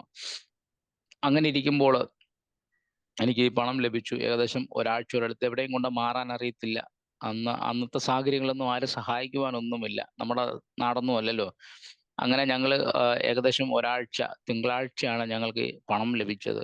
അതെൻ്റെ കയ്യിൽ ഇങ്ങനെ ഇരിക്കുക. ആ ഇരിക്കുന്ന പണത്തിന് മൂല്യമില്ലെന്നുള്ളതിൻ്റെ വലിയ തിരിച്ചറിവ് അന്നാണ് മനസ്സിലായത്. അതുമായിട്ട് ഞാനിങ്ങനെ ഇങ്ങനെ അതിൻ്റെ കൈ പിടിച്ചിട്ടുണ്ട് മുൻപോട്ട്. അതുമായിട്ട് ഞാനിങ്ങനെ അത് യാതൊരു സാധ്യതകളും അതുകൊണ്ട് ചെയ്യാൻ കഴിയത്തില്ലെന്നൊക്കെ മനസ്സിലാക്കി. ഓരോ ദിവസവും ജീവിതത്തിൽ ശൂന്യതകൾ സംഭവിക്കാൻ തുടങ്ങി. ഈ ശൂന്യതയെന്ന് പറഞ്ഞു കഴിഞ്ഞാൽ 6 മാസം പ്രഗ്നൻ്റ് ആയിരിക്കുന്ന സഹോദരിക്ക് ഒരു സാധനവും വാങ്ങിച്ചു കൊടുക്കുവാനുള്ള ഒരു ഒരു ഒരു ഒരു അവസ്ഥ എനിക്കന്നില്ലായിരുന്നു. അങ്ങനെ 1 ദിവസമായി, 2 ദിവസമായി, 3 ദിവസമായി എൻ്റെ വീട്ടിലെ മുഴുവൻ സാധന സാമഗ്രികളും തീർന്നു. ഞങ്ങൾ ഒടുവിലത്തെ നിമിഷങ്ങളിലേക്ക് വന്നപ്പോൾ വെള്ളം മാത്രം കുടിച്ചുകൊണ്ടിരുന്ന ദിവസങ്ങൾ ഞങ്ങളുടെ ജീവിതത്തിൽ ഉണ്ടായിട്ടുണ്ട്. അന്നേരം ഒന്നും ഞാൻ എൻ്റെ സഹോദരിയോട് ഞാൻ പറയുമായിരുന്നു, നിനക്ക് എന്നെ എന്ത് വേണമെങ്കിലും പറയാം, പക്ഷെ ദൈവത്തെ തള്ളിപ്പറയാനോ ദൈവമായിട്ടുള്ള ദൈവത്തിനൊരു നമ്മളായിട്ട് ഇനി ദൈവത്തെ വേദനപ്പെടുത്തുന്നു, മുറിപ്പെടുത്തുന്നു എന്ന് ജീവിതത്തിൽ കടന്നു വരെന്ന് പറഞ്ഞ് ഞാൻ അവളെ ബലപ്പെടുത്തുവാനിടയായി തീർന്നുള്ളൂ. എൻ്റെ ആ വാക്കിനെയൊക്കെ മാനിച്ച് എൻ്റെ സഹോദരി ദിവസങ്ങളോളം ഭക്ഷണമൊക്കെ കഴിക്കാതിരുന്നിട്ട് ഒരു സൺഡേ ആയപ്പോൾ ഞാൻ അവിടുന്ന് എൻ്റെ ഒരു സഹോദരനോട് ഒരു 50 രൂപയും കടം വാങ്ങിക്കൊണ്ട് ഞങ്ങൾ അടുത്തുള്ള ഒരു ആലയത്തിലേക്ക്, ഞാൻ അടുത്തുള്ളെന്ന് പറഞ്ഞാൽ ഒരുപാട് യാത്ര ചെയ്യണം. അവിടെ ചെന്ന് ഞാൻ എൻ്റെ കയ്യിരുന്ന ഒരു 500 രൂപ ഒന്ന് മാറാൻ വേണ്ടി ഞാൻ ചെന്നു. അവിടെ ചെന്ന് കഴിഞ്ഞപ്പോൾ അത് മാറാൻ യാതൊരു നിവൃത്തിയും ഇല്ല. ഒരു സാഹചര്യവുമില്ലായിരുന്നിട്ട് ഞാൻ അവിടുന്ന് അടുത്ത വാഹനത്തിന് കയറി തിരിച്ചു വരാനിരുന്നപ്പോൾ ഒരു മലയാളിയായിരിക്കുന്ന സഹോദരൻ എന്നോട് പറഞ്ഞു, ഭക്ഷണം കഴിച്ചിട്ട് പോകാമെന്ന് പറഞ്ഞു. ഞാൻ പറഞ്ഞു വേണ്ട, ഞങ്ങൾ വീട്ടിൽ ചെന്ന് കഴിച്ചോളാം. അപ്പോൾ ഒരാഴ്ചയായിട്ട് വീട്ടിൽ ഒരു സാധനവും ഇല്ലാതിരിക്കുക. അങ്ങനെ ഞാൻ പറഞ്ഞ ഒരു നുണ, അല്ലെങ്കിൽ ഒരു ഒരു കള്ളം അദ്ദേഹം സമ്മതിച്ചില്ല. അദ്ദേഹം എൻ്റെ സഹോദരിയുടെ നമ്പർ എടുത്ത് വിളിച്ചിട്ട് ചോദിച്ചു, സഹോദരി, ഇദ്ദേഹം കഴിക്കാതെ പോരുക, ഞങ്ങൾ ഇവിടെ കഴിച്ചിട്ടേ വരത്തുള്ളൂ, അതോ നിങ്ങൾ വീട്ടിൽ ഭക്ഷണം നമുക്ക് ഉണ്ടാക്കി? എൻ്റെ സഹോദരി പറഞ്ഞു ഉണ്ടാക്കി. അങ്ങനെ അവളും പറഞ്ഞു. അങ്ങനെ അവർ ഞങ്ങളോട് കുറേ നേരം ചോദിച്ചു കഴിഞ്ഞപ്പോൾ ഇങ്ങനെ മനസ്സിലായി ഞങ്ങളൊന്നും കഴിച്ചിട്ടില്ല എന്ന്. ഞാൻ പറഞ്ഞു അങ്ങനെ വേഗത്തിൽ തന്നെ അവർ ആ ചർച്ചിൽ നിന്നൊരു കളക്ഷനൊക്കെ എടുത്തു. ഞങ്ങൾക്ക് വേണ്ടതെല്ലാം വേഗത്തിൽ 1 മണിക്കൂറിനകത്തെല്ലാം റെഡിയായി അവരുടെ കാറിൽ തന്നെ ഞങ്ങൾ താമസിക്കുന്ന സ്ഥലത്ത് കൊണ്ട് ഇതെല്ലാം തരുവാനിടയായി തീർന്നു. ഞാൻ ചെല്ലുമ്പോൾ എൻ്റെ സഹോദരി ഉറക്കമായിരുന്നു. ഞാൻ ഓരോ സാധനമായിട്ട് ഔത്തിട്ട് കയറിയപ്പോൾ ഇവിടെ കണ്ണൊക്കെ വിടർന്നു. 1 മാസം ഒരാഴ്ചയോളം ഞങ്ങൾ എന്ത് കഴിക്കണമെന്ന് ഭാരപ്പെട്ടിരുന്നിടത്തുനിന്ന് പിന്നെ ഞങ്ങൾക്ക് 1 മാസത്തേക്ക് എന്താണ് കഴിക്കണമെന്നുള്ള കൺഫ്യൂഷനിലേക്ക് ദൈവം ഞങ്ങളെ കൊണ്ടെത്തിക്കുന്നുണ്ട്. ഞാൻ പറഞ്ഞതിന് താല്പര്യം, ഒരു മനുഷ്യന് ദൈവത്തിൽ ആശ്രയിക്കുവാൻ തയ്യാറായി കഴിഞ്ഞാൽ, സ്തോത്രം, ആരുമില്ലാത്തിടങ്ങളിലൊക്കെ നമുക്ക് ദൈവത്തിൽ ആശ്രയിക്കുവാൻ കഴിഞ്ഞാൽ ദൈവം നിശ്ചയമായിട്ട് നമ്മളെ വഴി നടത്തും. വലിയ തിരിച്ചറിവ് ഞങ്ങൾക്ക് അന്ന് അവിടെ ലഭിക്കുവാനിടയായി തീർന്നു. ഞാൻ പറഞ്ഞു, കർത്താവേ, ഏത് പ്രയാസങ്ങൾ വന്നാൽ, എന്ത് പ്രതികൂലങ്ങൾ വന്നാൽ, ഇവിടെ കിടന്ന് ഇനി മരിച്ചു പോയെന്ന് പറഞ്ഞാൽ ഞങ്ങൾ ദൈവത്തിൽ ആശ്രയിക്കും, ദൈവം ഞങ്ങൾക്ക് വേണ്ടി അത്ഭുതം ചെയ്യുമെന്ന് പറഞ്ഞുള്ള ഒറ്റ പ്രാർത്ഥനയ്ക്കകത്ത് ദൈവം ഞങ്ങൾക്ക് വേണ്ടി അത്ഭുതകരങ്ങളെ ചെയ്യുവാൻ ഇടയായി തീർന്നു. ഒരു ഒരു തിരുവചനത്തിനകത്തൊരു പഴയ നിയമത്തിലൊരു ഒരു ഭക്തനെ നമുക്ക് കാണാൻ കഴിയുന്നത്, ആസ എന്ന് പറയുന്ന ഇസ്രായേലിന്റെ 3-ാമത്തെ രാജാവ്. താന് തനിക്ക് ഏകദേശം 5 ലക്ഷത്തിലധികം വരുന്ന ഒരു സൈന്യമൊക്കെ ഉണ്ടായിരുന്നു. താൻ ദൈവത്തിന് ഹിതമുള്ള കാര്യമൊക്കെ ചെയ്തു. ഒരു ദൈവിക സമാധാനമൊക്കെ ലഭിച്ച് താൻ ഇങ്ങനെ ദേശത്ത് വാഴുക. ഈ വാണുകൊണ്ടിരുന്നപ്പോൾ എൻ്റെ ഒരു ചിന്ത പറയാം, 5 ലക്ഷത്തിലധികം വരുന്ന സൈന്യമുണ്ടല്ലോ, ഇനി അല്പം സമാധാനത്തിലൂടെയൊക്കെ താൻ ഇങ്ങനെ ഇരിക്കാം എന്ന് എൻ്റെ ഒരു ചിന്തയാ. അവനിങ്ങനെ ചിന്തിച്ചുകൊണ്ടിരുന്നപ്പോൾ 10 ലക്ഷത്തിലധികം വരുന്ന കൂശിനായിരിക്കുന്ന സേരഹ് ആസയെ ആക്രമിക്കുവാൻ വേണ്ടി അവൻ ശത്രുരാജ്യത്ത് നിന്ന് ഇങ്ങനെ വരിക. ഈ ഒരു വാർത്ത ആസ അറിഞ്ഞു കഴിഞ്ഞപ്പോൾ ആസയ്ക്ക് ഒരു കാര്യം മനസ്സിലായി, എൻ്റെ 5 ലക്ഷത്തിലധികം വരുന്ന സൈന്യമൊന്നും പോരാ, ഈ 5 ലക്ഷത്തിലധികം വരുന്ന സൈന്യത്തെ തകർക്കുവാനുള്ള വലിയ ഒരു സൈന്യമായിട്ടാണ് ഈ കൂഷ്യനായിരിക്കുന്ന സേരഹ് ഈ 10 ലക്ഷത്തിലധികം ജനവുമായിട്ട് കടന്നു വരുന്നത്. ഈ ചിന്ത ആസയ്ക്കും വെളിപ്പെട്ട് കഴിഞ്ഞപ്പോൾ ആസ പ്രാർത്ഥിച്ച ഒരു പ്രാർത്ഥനയാണ്. നമ്മളൊക്കെ പ്രാർത്ഥിക്കുന്ന ഒരു പ്രാർത്ഥനയല്ലേ, കർത്താവേ, ബലവാനും ബലഹീനം തമ്മിൽ കാര്യമുണ്ടായാൽ സഹായിപ്പാൻ നീയല്ലാതെ മറ്റാരുമില്ല. ഈ പ്രാർത്ഥന പ്രാർത്ഥിച്ചിട്ട് ആസ ഒടുവിൽ അതിങ്ങനെയാണ് പറഞ്ഞ് പര്യവസാനിപ്പിക്കുന്നത്, ഞങ്ങൾ നിങ്കൽ ആശ്രയിക്കുന്നു. ഈ പ്രാർത്ഥന എങ്ങോട്ട് കഴിഞ്ഞപ്പോൾ ഞങ്ങൾ നിങ്കൽ ആശ്രയിക്കുന്നു എന്നുള്ള ഒറ്റ വാക്കിന് മുൻപിൽ ദൈവം അവിടെ നിൽക്കുവാനിടയായി തീർന്നു. ആ പ്രാർത്ഥനയുടെ ഒടുവിലത്തെ വാക്ക് മതി ദൈവത്തിന്. അടുത്ത ദൈവത്തിന്റെ പദ്ധതി ഇങ്ങനെയാണ്. ദൈവം ആസയ്ക്ക് വേണ്ടി യുദ്ധസമനായി മുൻപോട്ട് പോയി സകല സൈന്യത്തെയും തോൽപ്പിക്കുവാനിടയായി തീർന്നു.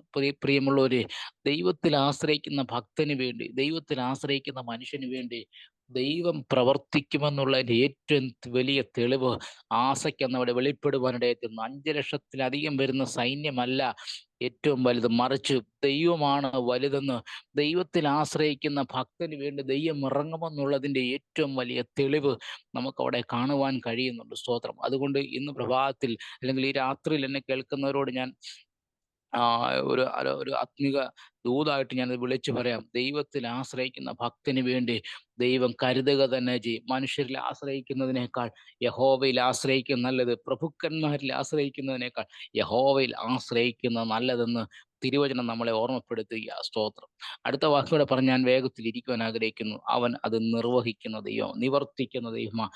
വാഗ്ദത്തം പറഞ്ഞത് ദൈവമാണെങ്കിൽ ദൈവം എന്തെങ്കിലും നമ്മളോട് സംസാരിച്ചിട്ടുണ്ടെങ്കിൽ നിശ്ചയമായിട്ടും എന്ത് ചെയ്യും? അത് നിർവഹിക്കുന്ന ദൈവമാ, നിവർത്തിക്കുന്ന ദൈവമാ. സ്തോത്രം. കാരണം കർത്താവായിരിക്കുന്ന യേശു ക്രിസ്തു തന്റെ ശിഷ്യന്മാരോട് പറഞ്ഞ ഒരു ഭാഗമുണ്ട്. ഞാൻ പ്രാർത്ഥിക്കുവാൻ വേണ്ടി മലയിലോട്ട് കടന്നു പോവുക, നിങ്ങൾ എന്ത് ചെയ്തോണം? പടകെടുത്ത് അക്കരയ്ക്ക് പോകും. മത്തായിയുടെ സുവിശേഷം 14-ാം അധ്യായത്തിനകത്ത് ഇത് പറഞ്ഞിട്ട് യേശു കർത്താവ് പ്രാർത്ഥിക്കുവാൻ വേണ്ടി മലയിലേക്ക് പോയി. ശിഷ്യന്മാർ തണ്ട് വലിച്ചു, പടക് വലിച്ചു, എന്ത് ചെയ്തു? പടക് കയറി തണ്ട് വലിച്ചു, അവർ അക്കരയ്ക്ക് പോയി. കുറേ ദൂരം പടക് അങ്ങോട്ട് യാത്ര ചെയ്ത് കഴിഞ്ഞപ്പോൾ വലിയ കാറ്റും കോളും തിരമാലകളും ഒക്കെ ഈ തെബിരിയാസ് കടലിനകത്തുണ്ടായി. ഒരു പക്ഷേ ഈ തിരമാലകളും കാറ്റുമൊക്കെ അടിച്ചു കഴിഞ്ഞപ്പോൾ ശിഷ്യന്മാര് ഭയത്തോടുകൂടെ നോക്കാൻ തുടങ്ങി. അവർക്കിനി പ്രതീക്ഷകളില്ല. കാരണം ഇനി ജീവിതത്തിന്റെ എല്ലാ മേഖലകളും തീരാൻ പോവുക. പക്ഷെ വാക്തത്വം ചെയ്തത് ആരാ? ദൈവമാ. സ്തോത്രം.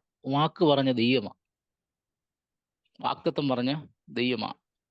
അതിന്റെ അതേ ഒരു വേഷം തന്നെ നമുക്ക് സംഖ്യാപുസ്തകത്തിനകത്തും കാണാൻ കഴിയുന്നുണ്ട്. ഇസ്രായേൽ ജനം മരുഭൂമിയിലൂടെ യാത്ര ചെയ്ത് വരുമ്പോൾ ഇവർ പറയുന്നുണ്ട്, ഞങ്ങൾക്കിവിടെ ഇറച്ചി ആര് തിന്മാൻ തരും? ഇവർ അത്ഭുതങ്ങളും അടയാളങ്ങളും വീര്യപ്രവൃത്തികളും ഒക്കെ കാണുന്ന ജനമാണെന്ന് ഓർക്കണം. അപ്പൊ ഇവർ അതിൽ നിന്നെല്ലാം മറന്നിട്ട് പറയും, ഇവരെ ഇറച്ചി തിന്മാൻ ആര്? ദൈവം മോശയോട് പറയാണ്, മോശ, നാളെ ജനത്തെ നീ ശുദ്ധീകരിച്ച് നിർത്തിക്കോ, അവർക്ക് ഇനി ഇറച്ചി തിന്മാൻ കൊടുക്കും. അപ്പൊ മോശ പറഞ്ഞു, കർത്താവേ, കാലാള് തന്നെ 6 ലക്ഷത്തിലധികം പേരുണ്ട്, ഇവർക്കെല്ലാം ഞാൻ ഇവിടെ നിറച്ചു കൊടുക്കും. മോശ ഓർത്തത് ഈ നമ്മുടെ ഭാഷയിൽ പറഞ്ഞാൽ ഈ നാൽക്കാലികളെ മുഴുവൻ നിരത്തി നിർത്തിയിട്ട് ഓരോ ഭാഗം വെട്ടി കൊടുക്കണമെന്നായിരിക്കും മോശ ഓർത്തത്. അങ്ങനെ കൊടുത്താൽ തന്നെ ഈ ജനം അനുസരിക്കുന്ന ജനമാണ്, പിറുവിറുക്കുന്ന ജനമല്ലേ. ഇവൻ അതിനു വേണ്ടി എന്ത് ചെയ്തേനെ?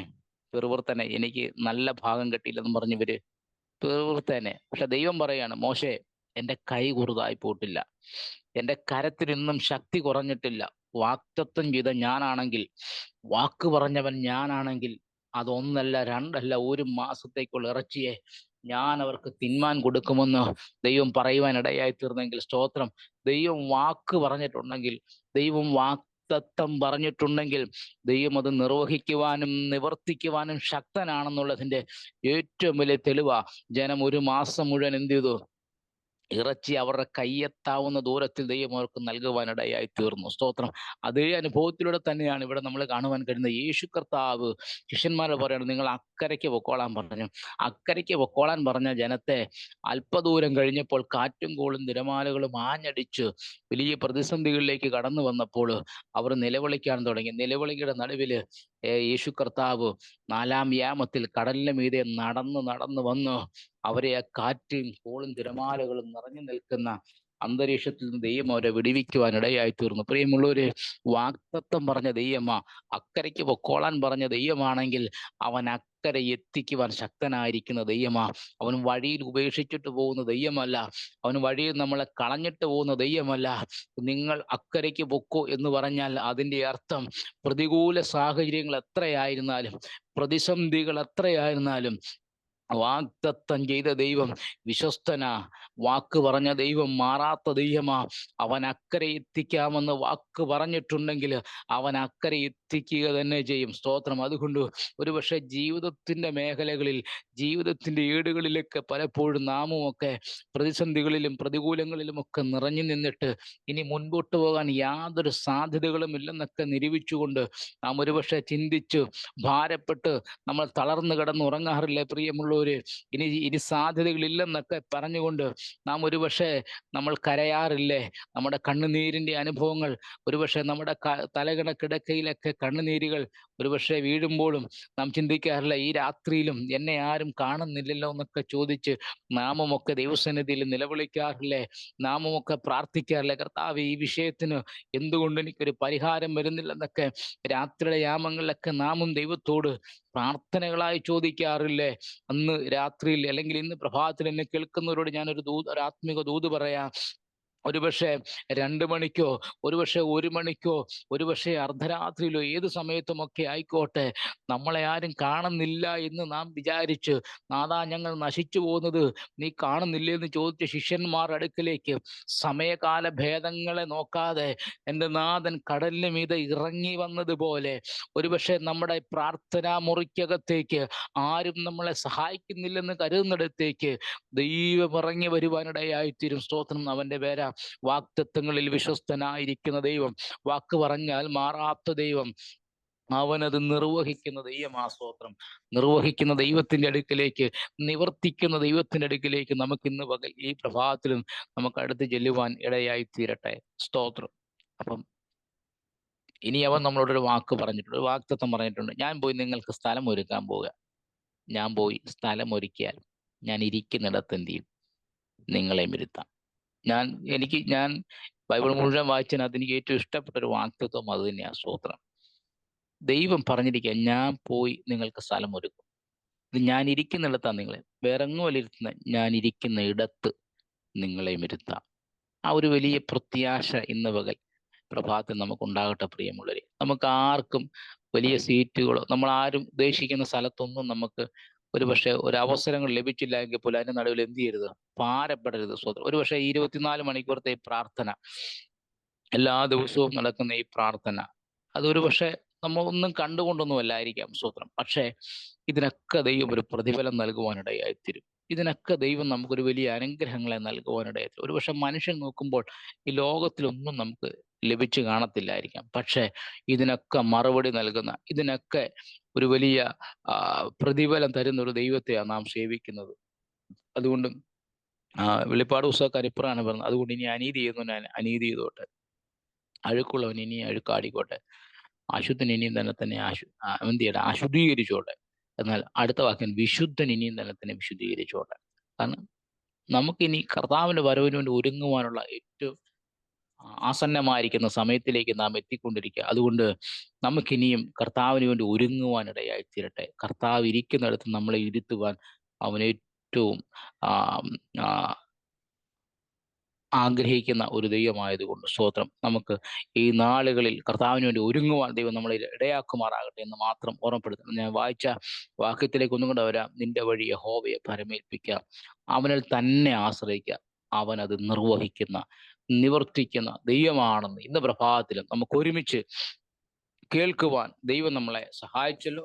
ഓർത്ത് ഞാൻ കർത്താവിന് സ്തോത്രം. ഒരു നിമിഷം കൂടെ ഞാൻ പ്രാർത്ഥിക്കാൻ കർത്താവ് ശരണപ്പെടുന്നു. ഞങ്ങളുടെ ദൈവമേ, സ്വർഗസ്ഥ പിതാവേ, നല്ല സമയത്തിനായി ഞങ്ങൾ ദൈവത്തിന് സ്തോത്രം ചെയ്യുന്നു. കർത്താവ്, ഈ പ്രഭാതത്തിൽ ഞങ്ങൾക്ക് അങ്ങയുടെ സന്നിധിയിൽ അല്പസമയം ഇരിക്കുവാൻ ദൈവം സഹായിച്ചതിനായി നന്ദി പറയുന്നു. വിശേഷാൽ കർത്താവ് ഇതിന് പുറകിൽ പ്രവർത്തിക്കുന്ന കർത്താവ്, എല്ലാ ദിവസവും എല്ലാ സമയങ്ങളും പ്രാർത്ഥിക്കുന്ന ഈ പ്രാർത്ഥനാ ഗ്രൂപ്പിനെ ദൈവകരങ്ങളിലേക്ക് സമർപ്പിക്കുന്നു. ഇതിന്റെ പുറകിൽ കർത്താവെ അധ്വാനം ചെയ്യുന്ന കർത്തൃദാസന്മാരെയും കുടുംബങ്ങളെയും സഹോദരിമാരെയും എല്ലാം ഞങ്ങൾ ഓർത്ത് പ്രാർത്ഥിക്കുന്നു. ഇതിന് നേതൃത്വം കൊടുക്കുന്ന കർത്തൃദാസനായി തൻ്റെ കുടുംബത്തിനായി ഞങ്ങൾ സ്തോത്രം ചെയ്യുന്ന കർത്താവ്, അവരുടെ പ്രവർത്തനങ്ങൾ, അവരുടെ എല്ലാ മേഖലകളും വലിയ വിശാലതയിലേക്ക് ദൈവം അവിടുന്ന് വഴി നടത്തുമാറാകണമെന്ന് ഞങ്ങൾ ദൈവത്തോട് പ്രാർത്ഥിക്കുന്നു. കേരളത്തിൽ ഇതിൻ്റെ പ്രവർത്തനങ്ങളെയൊക്കെ നടത്തുന്ന പ്രിയപ്പെട്ടവർക്ക് വേണ്ടിയൊക്കെ ഞങ്ങൾ പ്രാർത്ഥിക്കുന്നു. അതെല്ലാം അനുഗ്രഹമാക്കി സ്വർഗം തീർക്കുമാറാകണമെന്ന് ഞങ്ങൾ അങ്ങോട്ട് പ്രാർത്ഥിക്കുന്നു. കർത്താവെ, അല്പസമയം ഞങ്ങൾക്ക് ഒരുമിച്ച് അവിടുത്തെ പാതപടത്തെങ്കിലായിരിക്കുവാൻ സ്വർഗം ഞങ്ങളെ സഹായിച്ചതിനായി ഞങ്ങൾ നന്ദി പറയുന്നു. കർത്താവ്, ഇന്ന് പ്രഭാതത്തിൽ നടന്ന സാക്ഷ്യവും വചനവും എല്ലാം കർത്താവ് ഒരുപോലെ ഈ പ്രിയപ്പെട്ടവർക്ക് അനുഗ്രഹമാക്കി തീർക്കണമേ. ഞങ്ങളുടെ കരങ്ങളിലേക്ക് അവിടെ ഏൽപ്പിച്ച് പിതാവിന്റെയും പുത്രന്റെയും പരിശുദ്ധാത്മാവിന്റെ നാമത്തിൽ എല്ലാവരെയും അനുഗ്രഹിച്ചടിയും പ്രാർത്ഥിക്കുന്നു. ഒന്ന് പ്രാർത്ഥന സ്തോത്രം. സർവ്വ ഞങ്ങൾക്ക് ആജീവൻ പടിഞ്ഞ യേശുവിൻ നാമത്തിൽ തന്നെ. ആമേൻ. സ്തോത്രം.